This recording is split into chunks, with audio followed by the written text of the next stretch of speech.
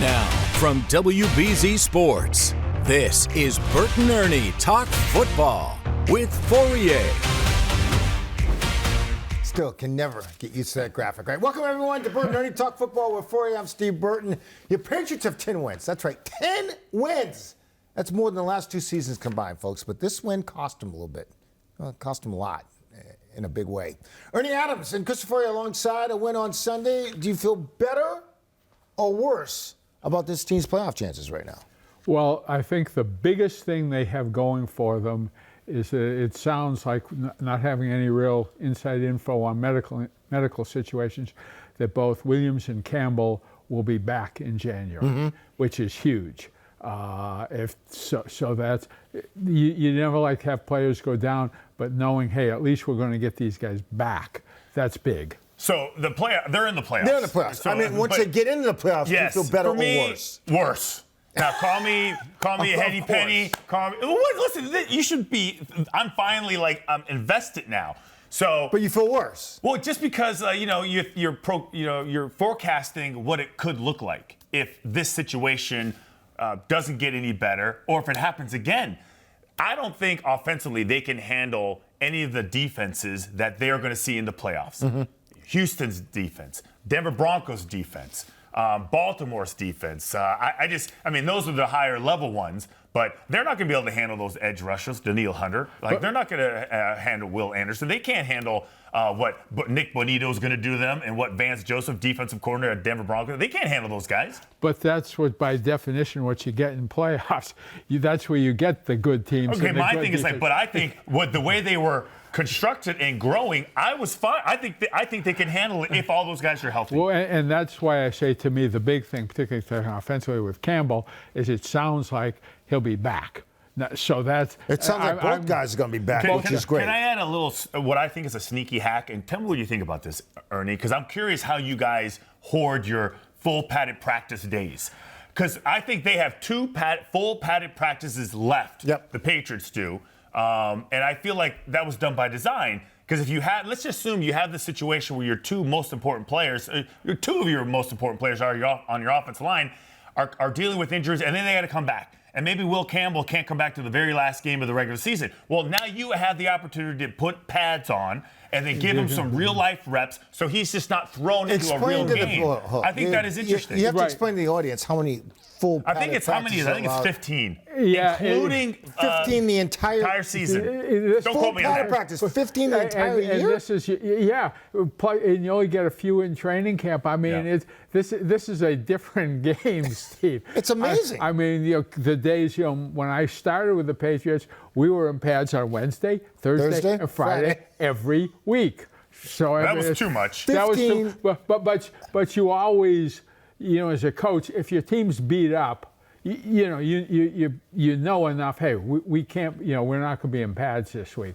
But you do need to do it enough so that you can stay sharp. So here's what you're saying, Ernie, and correct me if I'm wrong. If you're going to get injured now. Well, the biggest thing is, which is crazy to even make a statement like that. But you're saying there's a chance to come back. If they go on IR, you go on IR for 4 games. The biggest thing is you want your good players healthy and ready to go in January when you're one and done. You can't. That's when you obviously you have no timing over injuries, but having your best players on the field in January, can be the difference between a great season and a not so great season. So, which is why you're saying you feel worse now that these guys are hurt when they enter the playoffs. Yes, if they're in the same situation, no, you can't feel good about it. But you're asking me today. Today, right now, no. I didn't feel good about it on Sunday either. But when they come back. And when they come back, I do think there's plenty of time pending how severe the injuries are. One guy's got a high ankle sprain, the other one's got a knee. And we don't even know what Will Campbell type of severity it is with his injury. That's on the offense. Then there's the defense. You got Milton Williams gone. And then Tonga goes now. Right. Listen, it's a survival game. It's a game of attrition. have depth on you may end up playing, and I've been there in the Super Bowl with guys off your practice squad. I mean, when it's Super Bowl 38, when Carolina's got the ball, and we got a practice squad player and a special teams player and a defense, and they got Musa Muhammad and Steve Smith. I mean, we talk about we were holding on to our backsides there. It's a good thing we didn't go into overtime with them getting the ball. I think, no one likes to use luck when they're talking about winning and losing football games, but circumstances are important. Like when your guys get injured, I think is important to the point. And then managing your roster, managing your practice squad guys. Like, we're not at practice. We don't know who's developed. We don't know who's ready. Right. The next thing you know, they're out there like, holy cow, this guy's pretty good. Or this guy need to put him back in. Or this guy's extremely hungry. Right, it's yeah. You know what I'm saying? These guys been waiting a little. Or my God, this is the whole season's on the line here, and this guy's in here for his first real live action. Boy, that's it happens. Worse things have happened, especially to the Patriots. We don't even get into the long snapper situation that happened in Super Bowl 38. Let's not even talk about that. Well, now that you teased, that's what happened. I mean, maybe at the end of the show, I'll tell you the long snapper situation. That was the craziest thing I've ever seen. Well, don't leave us hanging like that. We'll tease it for this. Okay, so let's save it. We'll do End it of the for a show. segment. We'll save it. Now you got me curious. And I was there. That's a big market tease what we just did.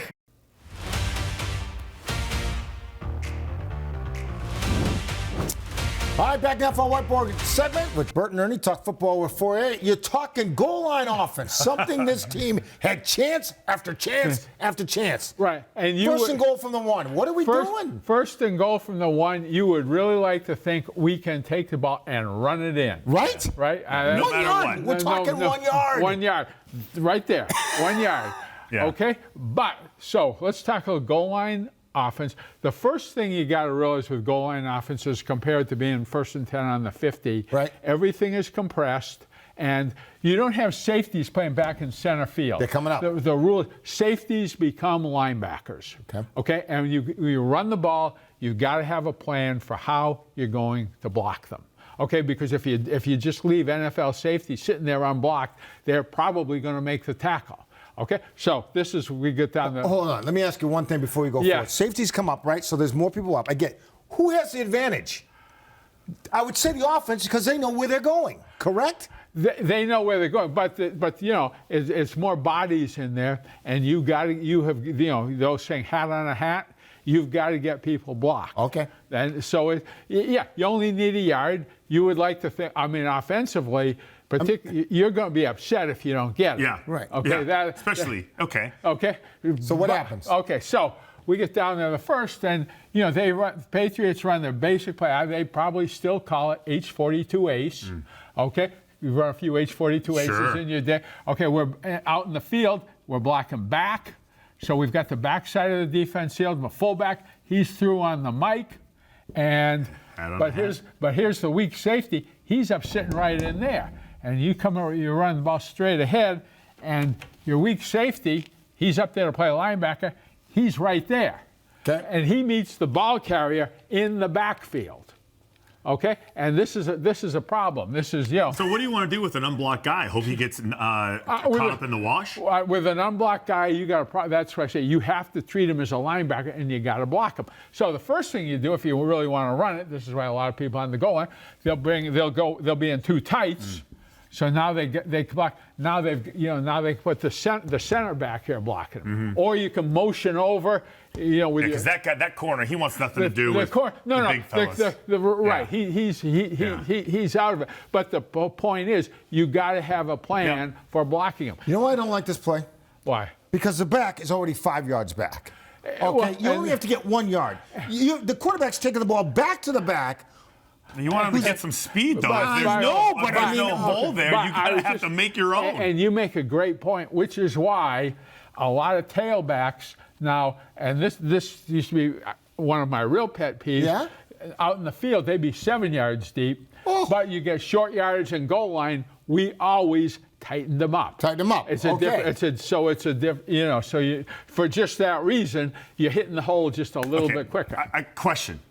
Is there any hard and fast rule when to call a play action pass? Have you guys found over all years it's better on first down, better on second down? What was the philosophy? We used to love it on first down. A play-action pass on first down. Because one thing is they're in goal line defense. Yeah. If we pass, they've got to know how to cover the pass. Which is you get crossing receivers. But that's what killed the Seahawks in the Super Bowl. No, but this is no. This is different. This is total. Well, it's totally goal line defense. You had to get 1 yard. Patriots were in goal line defense. We were That's what I'm they were saying. spread out. That's what I'm saying. But they passed the ball. Right. Well, that's all. I will come to that on the next call. But remember, that's how you crossing receivers play action. Mike Vrabel caught the winning touchdown. Stop using his name, touchdown But that's how passes. You were supposed to catch that ball. Every time we do this. But that's how we it's were. the same bad memory. But that's how we were. Okay, so but calling it on first down is usually I guess it gives you the best odds. Well, it's based on now you've run it twice. Who calls a pass on first and goal from the 1? A lot of people. A lot of people. Really? Yes. Yeah. That's what I want to. That's what I want to I call. think there's more chances of things going wrong calling a pass on first and goal from the 1 than running the ball on first and goal from the 1. Well, that's why you don't every time. But again, you've got them in goal line defense. They're all up there playing the run. They're coming downhill. They have to assume pass. You just pop right by those guys. If those linebackers hesitate at all with action coming right to them, they're going to run it in.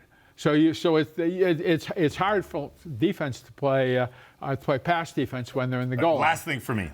The one thing I remember, a lot of things I remember from Dante Scarnecchia, a famous Hall of Fame offensive line coach for the Patriots. Don't pull the guards on the goal line. Like he had, and I remember one time he didn't listen to his own rule. And pulled the guard? Somebody shot through. Yeah, you create a hole, and right? create a hole. But guys, teams do it all the time. Don't pull the guards on goal line. Why would do you know why? ever pull the guard? Is that the main reason why? Yeah, I mean, There's just too many. There's just people trip. People trip. And that's we were for a long time very successful down there. We basically never pulled them. Yeah. Because Scar was our offensive lineman. We all drank the same Kool-Aid on the goal line. I remember, because so many things can happen. It's so tight. It's so quick. A guard trips over the center, and then he steps on the quarterback. The run-throughs, yeah. The run-throughs. The run-throughs, yeah. You just have to protect. All right, we got about a minute left. Okay, so I'm gonna jump ahead to the tush push. Okay, yeah, tush push. Okay, they tried it. Yeah. A third before they kicked the last field goal. 3rd and goal. Yeah. And it didn't work. Okay. Right. So here's really what happened. You look at where the Patriots are compared to the Eagles, who mastered it. Have mastered it. The biggest thing is when the Eagles run it, these linemen they're in there like field goal. There's not that much. So they're real tight. They are super tight, and when they come off, they are hip to hip. So, Christian, it's there like you're this. right there. Down. And you're coming off. Yeah. There is nothing between you. The Patriots, they have just little gaps, little splits. And so when Onwenu blocked down, and of course, the Bengals were anticipating this. So just before the snap, their end jumped down here. I get my red pencil, so he jumped down here. And there goes the gap. He got a little bit of penetration. There goes. He got his pad. He got his pads under Drake May's pads, and the play's over. Yeah. But you got to be in there so tight. There is no room at all between you. Just coming off as 5 people coming off straight ahead. I love it. And so you look at the quarterback and all that. It's those guys coming off the ball up front. And then you got to get a good push from behind, from the backs as well. Right? But the push. But the biggest thing is coming off, no penetration. All right, we got to take a break. Don't pull the guards. We'll be back with more. Burton Ernie Talk Football with Fauria. Don't ever pull the guards on the goal line. Don't do it. We'll be right back. Bad things happen.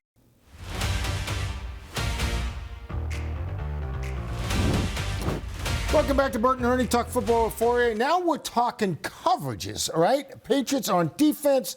They got what coverage first? Okay, so the reason we're doing this is because when you watch football on TV, you get to see this little box right in here. That's all you see. You never really, unless you see a replay, you catch a little glimpse, you never see the whole field. Okay. Unlike if I watch the Celtics play on TV playing basketball, I can see the floor. You can have a much better sense of what's going on. So, and you hear commentators, well, they're in cover 2, they're in cover 1, and it's first of all, you can't see it sitting at home. Second of all, a lot of people probably don't know what it means. So this is a quick and dirty, the quick and dirty primer on coverage. All right, so this cover what? This is cover 0. Okay, which means what? There's nobody deep.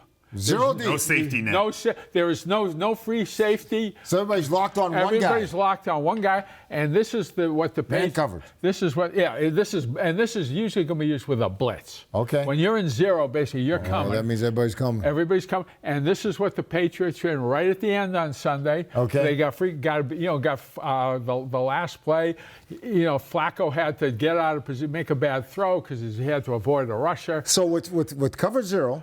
There's four deep, four locked on. I mean, 7 are coming. 7 are coming, right? And you're saying, hey, we have no free safety, but you got to block us, So we defensively, you're coming with pressure. So the key for the defensive players to understand is what?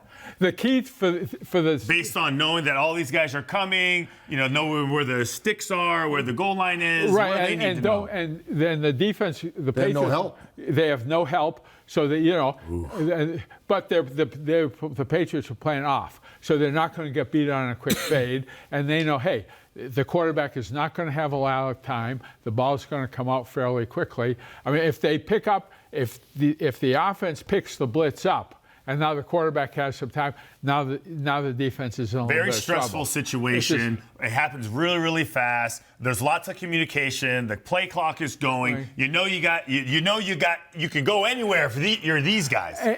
And what we used to love to do in a 2-minute situation was to call this when the clock is running.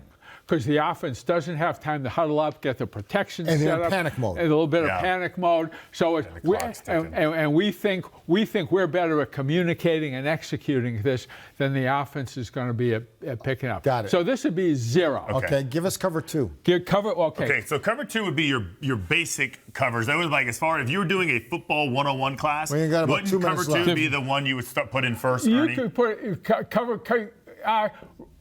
Yeah, but it could also be cover 1, which I'm going to come over. But cover 2 is our classic. 2 deep, basic. Corners rolled up, zone coverage underneath. Right. Okay. This is one where they hit the about 35-yarder down the middle to Douglas. It was a nice ball. Right over down the middle right here, right? Because cover 2, the middle is over. And you may have have a linebacker assigned to run with that guy through the middle. Right. But it's still.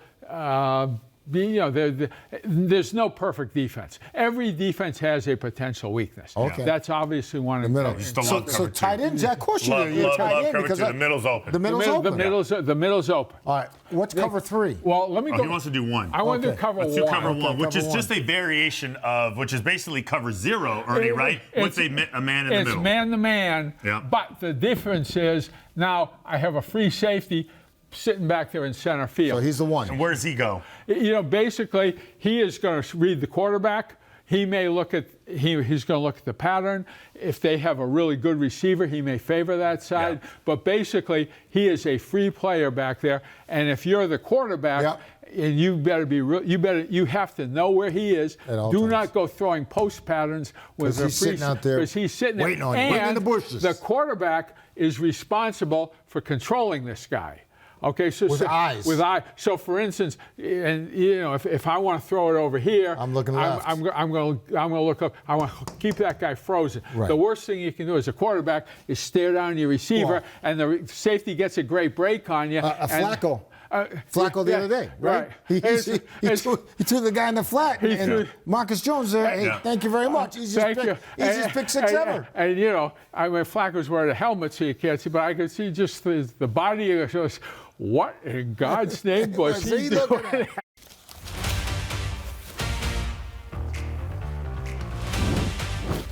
All right, welcome back. You promised me the long snapping story.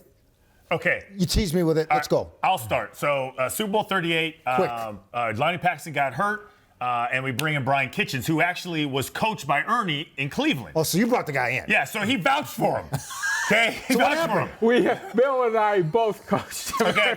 But he had been out of football. Okay, so Lonnie Paxton gets hurt. Ernie vouches for him, and he's doing as good as he can do, but we're getting through.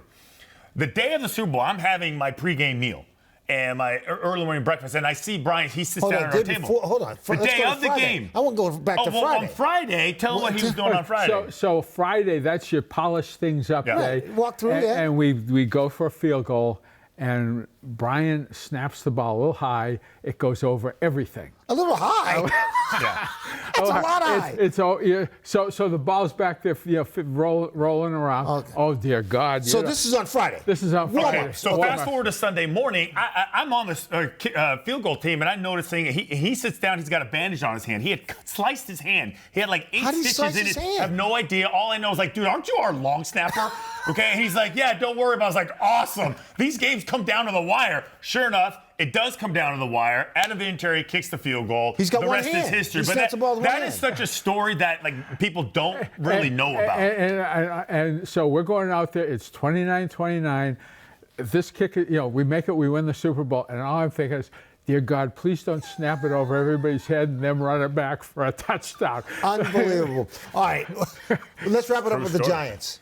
Patriots should. We got about 30 seconds left. So as far as Jameis Winston can still throw the football. Yeah. He can throw it. Yeah, but he's going to give you 3 touchdowns, but he'll also give you 15 picks. Okay. He'll give you a bunch of picks. So we're saying 11-2. 11-2 after this week. It should be. But Steve, as you know, here we go. You got a Northwestern Wildcat as the head coach of the Giants, so anything can happen. You know what? That's see, that's right. We're gonna get the Northwestern that's thing. Exactly right. That's exactly right. It's going to be interesting to see how all this pans out. But I'm predicting 11-2. Same with me. I think Giants, by the way, the only team eliminated from the playoffs. Yeah. All right, my friends. Great job as usual. stuff. That's going to do it for this week's edition. Burton Ernie Talk Football with Fauria. We're here every Tuesday night, 9 o'clock on TV 38. You can find us streaming on CBS News, Boston, and our YouTube channel as well. Ernie Adams, Christian Fauria, thank you very much. We'll see you next week. Happy Thanksgiving, everyone.